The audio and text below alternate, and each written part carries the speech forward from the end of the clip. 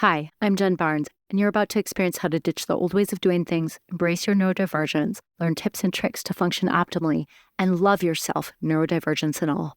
Welcome to the Self-Loved Woman podcast. Hey, it's Jen. I'm so glad you're here. Today, I want to unpack something that is really common that we as ADHD women do, and especially as entrepreneurs, because we often have so many things on our plate. But that maybe isn't always the most effective, right? So you might be thinking, what is it, Jen? There's lots of things I do that are ineffective. I mean, I don't know. Maybe you're thinking that. It's having out of sight, out of mind piles. It's like that inner organizational system of having a pile. And it's like, well, I know where everything is. And that's true. Like, we absolutely know where everything is in the pile. I mean, some of us do. I mean, sometimes we do or don't. I don't know. But we have an idea. We have our own way of organizing things. And I'm not in any way poo-pooing the idea of organizing things in a way that works for you. But I want to raise the question of, does it always work for you? Because what I notice is I do these out of sight, out of mind piles every once in a while. And if you follow my Instagram or TikTok accounts or Facebook account, you saw reels or a reel of photos of my different piles that have happened this week that have been building up for the past month or two. And it's all these things that I want to do and books I want to read and a reminder to use my alpha stim, which is like a thing that helps calm the nervous system, essentially. It's like I've got a pile over here for paychecks from insurance companies that I need to input that I received them, and a pile over here for something else. And so many journals everywhere that each have a very specific purpose and are put on a table so I remember to look at all of them. Is anyone else? Is it just this is me? And books. I have so many books in sight because I have so many books I want to read because I buy all the books. Does anyone else buy all the books? I eventually do read them. Although I've recently learned a new skill in my 49th year on the planet last year, which is that you don't have to read a full book. You can read part of it and get the gist and be like, that's good enough. Or you can start a book and be like, yeah, I don't like this, and stop. And I was able to do that last year with fiction. I was starting to do it a little bit in 2018 with nonfiction. I was like, I don't align with what this person's saying at all. I don't have to force myself to read this. To the point where now I'm like, all right, I got the point, and no longer shame myself about it. Because I used to do that. I'd read like books 3/4 of the way through and I was like, oh, I wasn't able to finish, which just adds to our pile of ADHD women, like how you don't finish things that you start, right? I don't know if anyone's had that narrative. Well, what if the reason we don't finish things we start, like a book, for example, I know I'm on a tangent, by the way, but what if we don't finish things we start, like a book, is because it no longer makes sense to do it? Or midway through, we realize that actually doesn't align with where we're, with our values or where we're taking things, the direction we're going. And sometimes it's because we get bored. Like, that's fair. So we can work on manufacturing interest if it is something that we actually need to do. And that does align with our vision and our mission and our values. But sometimes if we don't feel like finishing something like a book, it may be because it's not serving a purpose for us anymore. Same with journals. I have the same problem. I have a lot of started journals that I never finished. Anyway, I'm off track. I'm going to come back on. So getting back to these things around us that we keep in our environment so that we remember to use them. So for me, it's journals and books and file folders of billing things to attend to for my private practice. You might have other things. But either way, we try to help ourselves remember to do stuff by having these piles. And the problem is it's just not super effective. And like I said, I get it. You might be like, Jen, I know everything that's in that pile. And for sure, that's true. But what I'll say that I notice in myself is that those piles eventually become clutter and they actually start to create a sense of overwhelm in my body and a sense of I don't even know where to start. I got all this stuff. I don't even know where to start. And so I was reflecting on this pattern because I don't always do this. There's some times where I'm not. And I'm like, what's the difference between the times when I am doing the out of sight, out of mind piles versus when I'm not? Because I'm still attending to those things another way. And I realize that there's one specific difference that we'll talk about later. But before we get there, in case you're feeling called out, I just want to name that, like, we come by this honestly. Our brains need to see things or we will forget them. You might be the kind of person, if you're like me, who it's like, if you haven't talked to a friend in a while, you almost like forget that they exist. And don't get me wrong, I love my friends. They're amazing. But to remember to stay in contact with them, iPhones have this awesome like thing you can pin. I don't know, it's either 6, I think it's 9 contacts. And so I've pinned all my closest people so that I see it every time I open my text messages. I'm like, oh, I haven't talked to so-and-so in a while. I need to text them and see how they're going. Because before, I actually would like schedule reminders in my task list to connect with friends. Because out of sight, out of mind. Not because I don't care about them and love them and want them in my life, but it's just not how my ADHD brain works. And I hear I'm not alone. So we come by this super honestly, whether it's with people or things we have to do, because we're just like trying to get stuff done day to day and then focus on whatever's in front of us. So to try and then also like juggle all the balls that we've created for ourselves, which like sometimes we end up adding too many things to our plate, which I talked about in a recent social media post too, is like, we have a hard time saying no. And so that's part of, we end up with all of these extra tasks and we have a hard time saying no for a few reasons. Oh, I sent it in an email. That's what it was. Is that like, we have a hard time saying no, one, because like, we don't want to be in trouble or criticized, because remember, the estimate is that by age 10, ADHDers receive 20,000 more critical or negative comments as kids. So like, of course, we've found ways to avoid getting in trouble or being criticized. And one of those is taking on things. Another big thing that I see that gets us into these stacks of to-dos and books to read and all that is we struggle with time blindness. So we don't have any idea how long something's going to take. So we're like, sure, I can do that. And then we're like, oh, wait a minute. I committed to this thing that in my ADHD brain, I thought, yeah, that'll take like 15 minutes, maybe 30 at most. And like 8 hours later, we're like, oh shit, I'm knee deep. Right? And so like, there's so many reasons why we end up overcommitting and put so much on our plate in the first place and then end up having all these piles. So like, if you're feeling called out in any way or this is resonating, just know like you come by this super honestly. This is part of ADHD and it's something we can learn to navigate, but we need to do it intentionally. So I want to talk a little bit about why this is even a problem. I spoke a little bit about what I noticed in myself is that these piles tend to dysregulate my nervous system and create overwhelm. That's what clutter does, and it creates distraction. And so I want to think about, I want to pull back and think about the nervous system for a moment. For me, when I see all that stuff to do, and I'm also aware of the limited time I have, I feel stress in my body. And when we feel stress, oftentimes that means we're popping into in fact, I just noticed it in my chest right now. It was like, right? I could feel my fight or flight response turn on right now as I even talk about that. And I raised my 2 hands to represent both. And I was like, oh my gosh, that's so real. That stress is putting us into our fight or flight response. And then we end up being dysregulated emotionally. And unless we're doing things to actively calm our nervous system when we notice that, or we are doing things to release the stress from our body every day, that stress builds up over time and then makes it even harder to focus.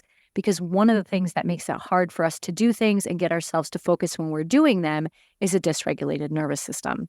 So even though these piles feel like they're helping us, they're actually not doing us any favors.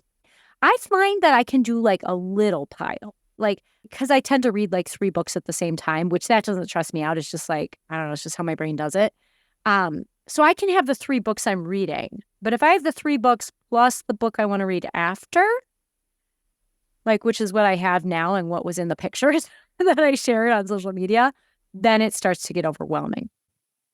And so really understanding where your threshold is, and some of that'll be being connected to your body experiences and being able to notice like, oh yeah, I'm feeling stressed. And it's like, how might you notice that? Well, some of it might be just paying attention. Like when you're stressed, what do you notice? Are you biting your nails? Are you chewing your cheek? Is your mind racing faster than usual? That's a common one. Do you feel anxious? Do you feel like you need to move more? Just whatever kind of things are going on with your nervous system, it's important to pay attention to. Some people feel it in their chest, like I was saying earlier. You might feel it in your belly. But paying attention like, ooh, I flipped into my fight or flight response, which I want to remind you, your fight or flight response isn't bad. It's useful. It helps you in the face of a threat. It's just that we don't want all of our tasks to be threats. Because think about that. Your nervous system doesn't know the difference between a tiger chasing you and a stack of books you want to read or things you need to do. And so if your nervous system gets into its fight or flight response over this pile of things, it doesn't know that it's not life-threatening. And so as you can imagine, when you're being chased by a tiger, it's really not that important to be able to focus on reading a book or doing a task, because you just need to get away from the tiger. That's what your entire body is working together to do. So when you are faced with this big pile that triggers your fight or flight response, your body's just trying to get away and get out of it, which is not going to help with procrastination. It's not going to be like, oh yeah, I feel really stressed about this.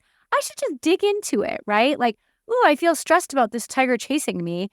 I should just, really lean into that experience. It's like, no, our urge is to get away or fight.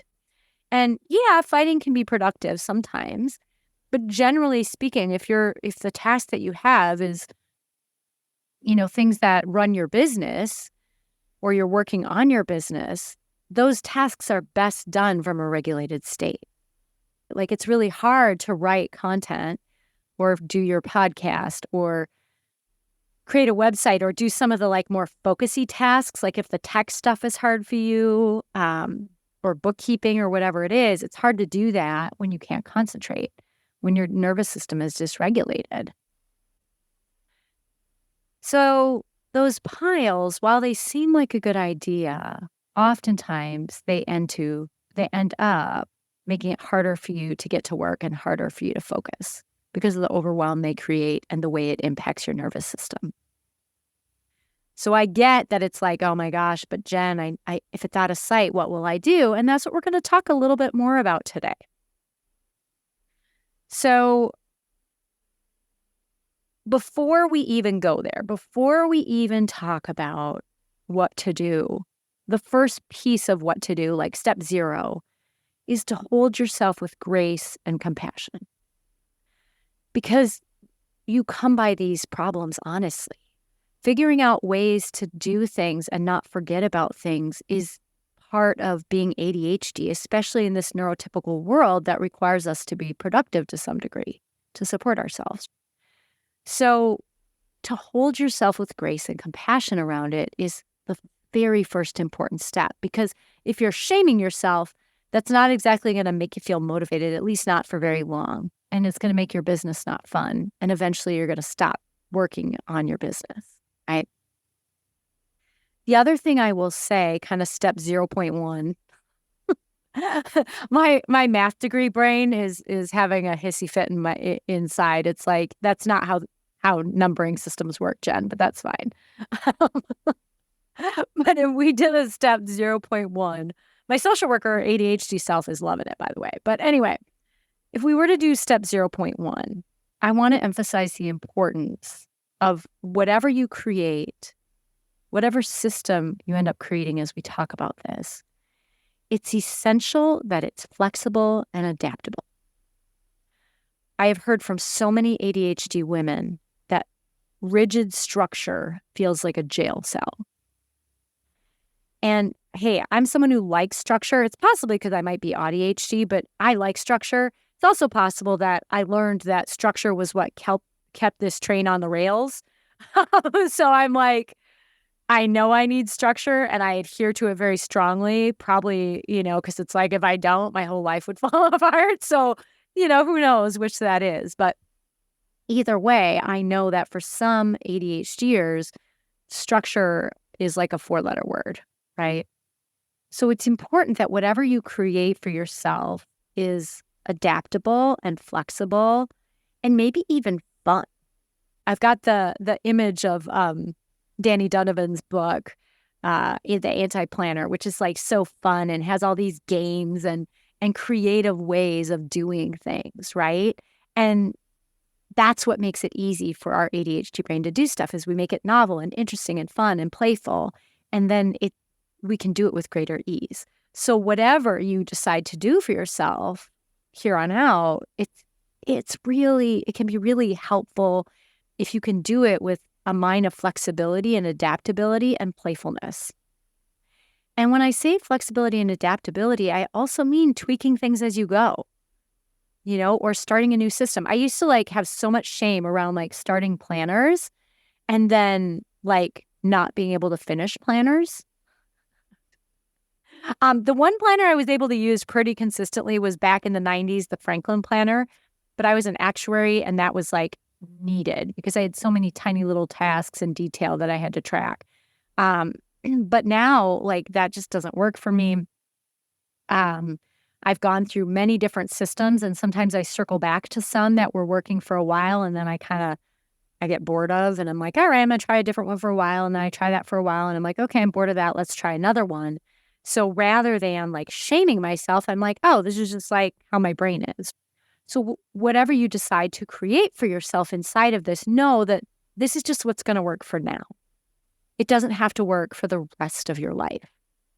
When I think about that, I plan on living till 100 or so, and I'm 50. So for me to find a strategy that works for the rest of my life, that's 50 years. That's as long as I've lived. That's insane to even consider, right? It's if I can find a strategy that would work for the next 3 to 6 months, and if it was a year, fantastic. It's okay. But I think a lot of times we think we've got to figure something out that will work forever. And it's just not how most of our brains work. So, okay, those are step 0 and 0.1.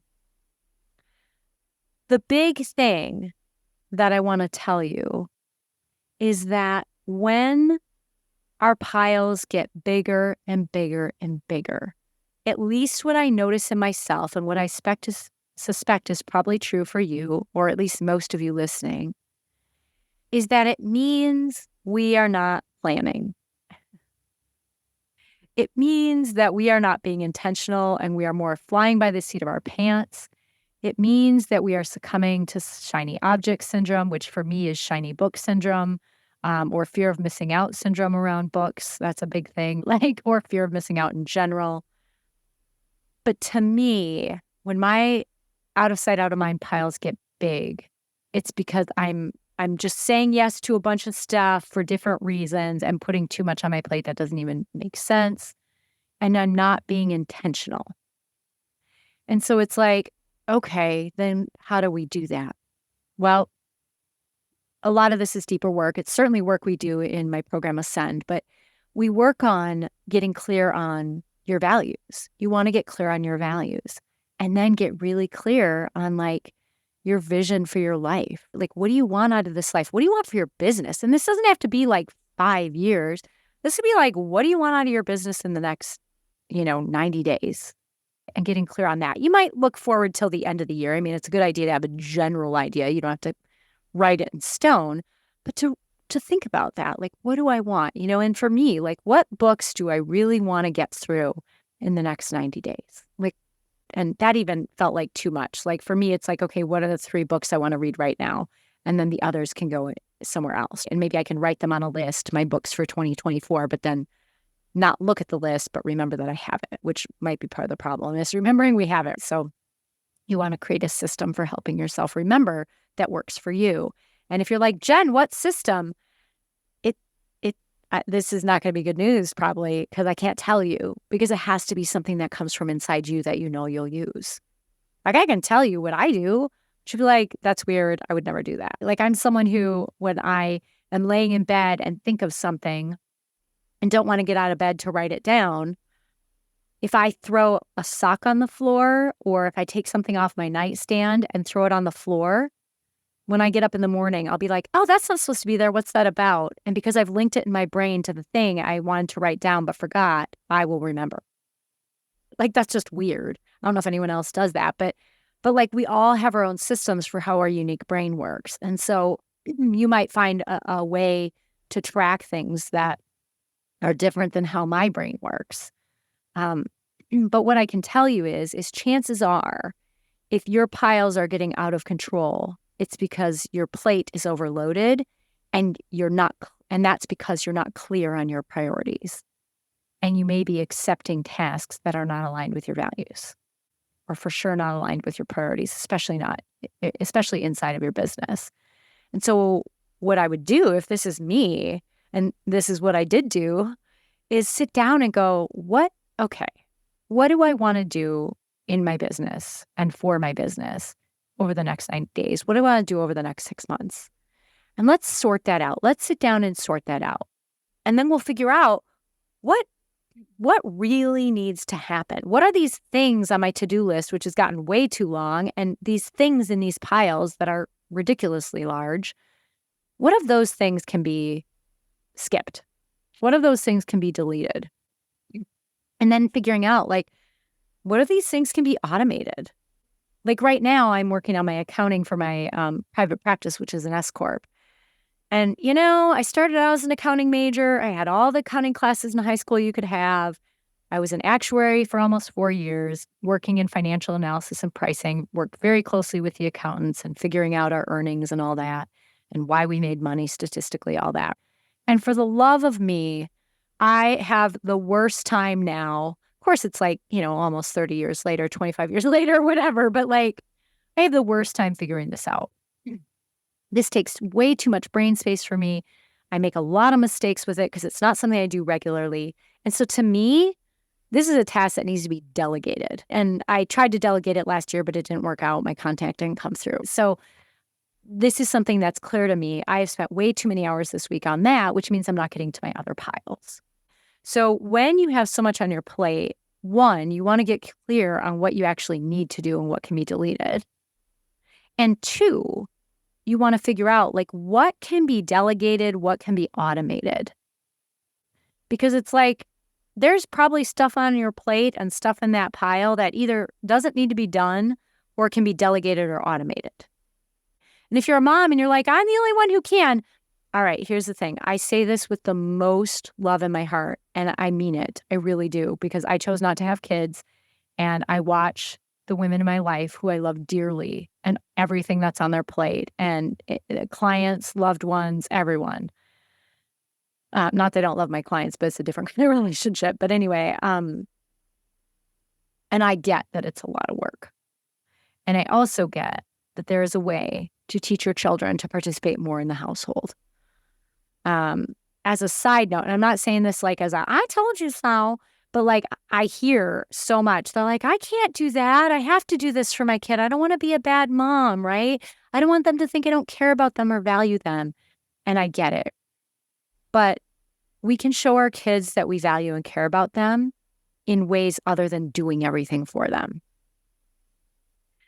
And I just need to say that because I know a lot of you moms, you entrepreneurs out there are moms. And one of the things that it's just like, you feel like you do so much for your kids. And, I'll never forget the time there is a loved one in my life when I was at their house watching their 2 kids. And I was like, hey, okay, ladies, we're done with dinner.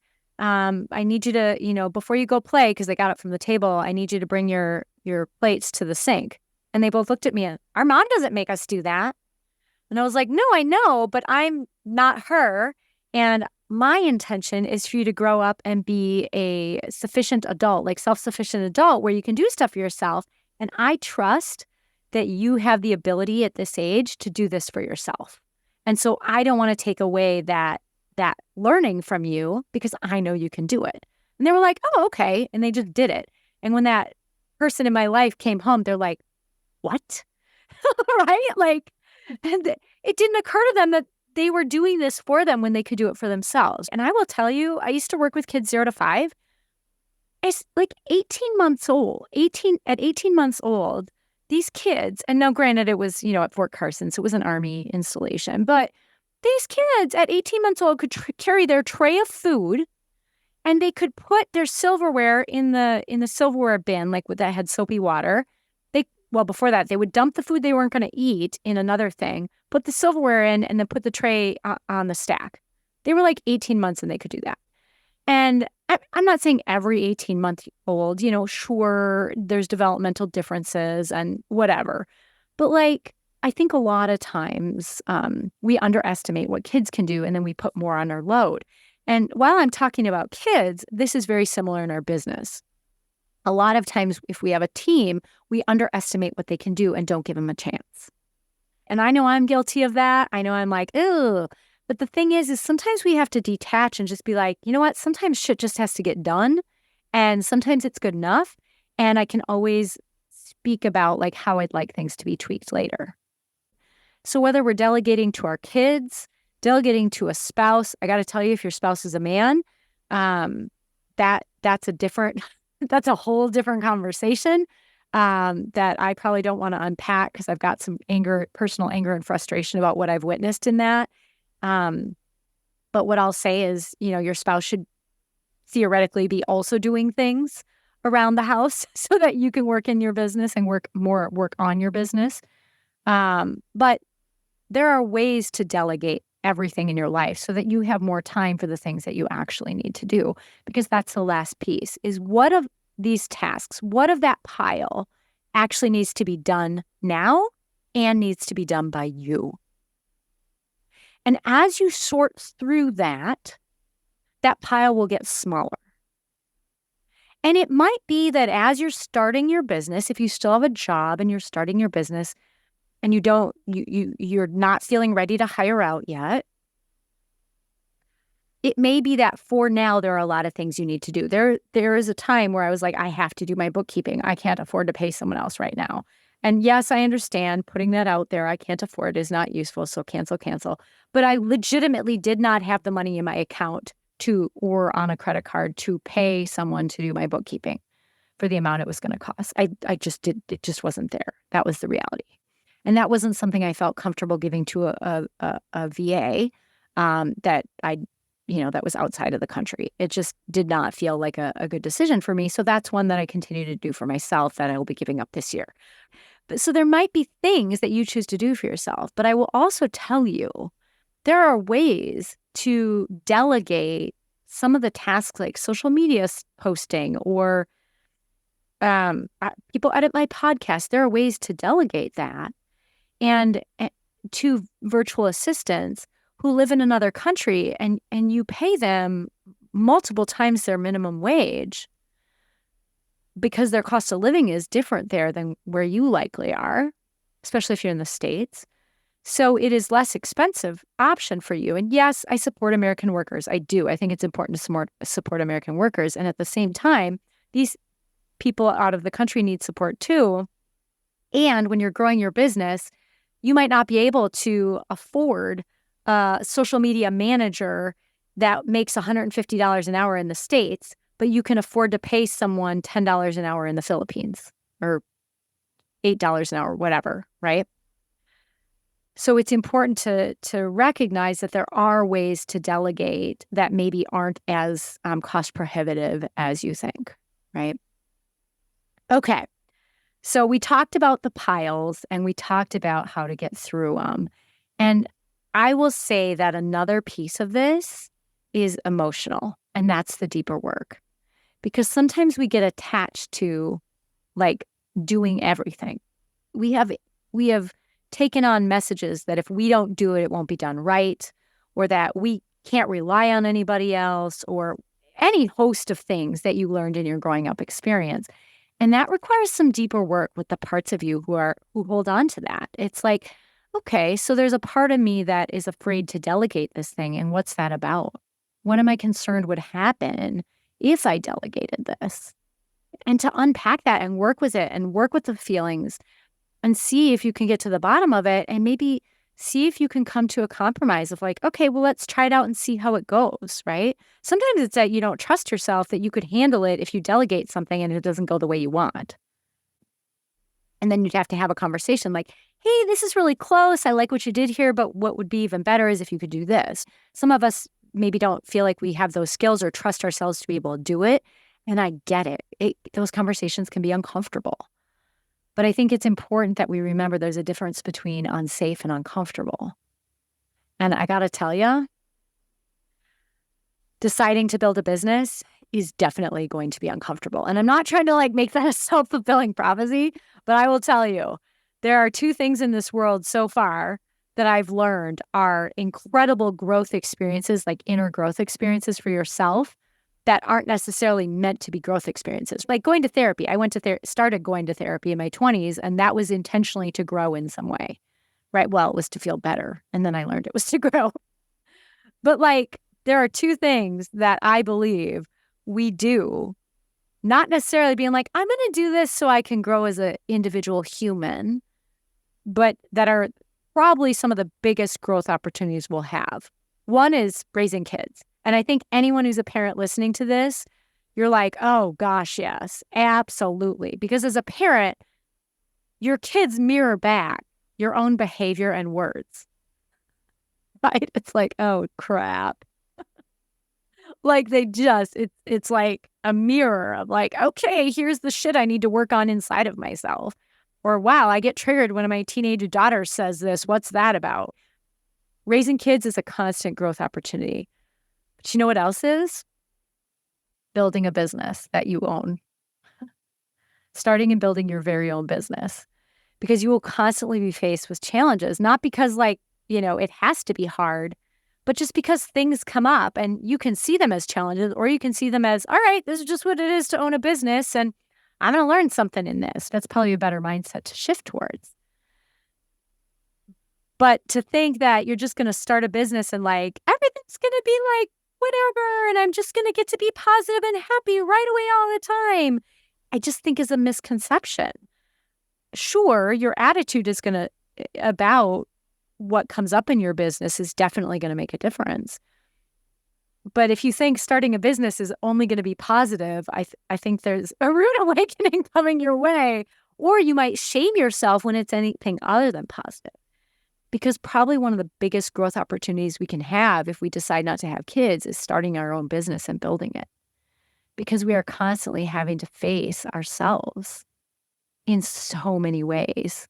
And if you've started a business already, you know exactly what I'm talking about. So I'd encourage you to do some of this inner work that comes up as you're trying to work on your business, as you're working through those out of sight, out of mind piles. And a piece of it is going to be sorting through like how do I prioritize my tasks? How do I say no? What makes it hard to say no? How do I delegate? How do I automate? How do I let go? All right, y'all. It's been great connecting with you today. I hope this was helpful. I'd love if you comment and let me know what resonated with you. But even more, I'd love it if you'd follow and share. All right, take care.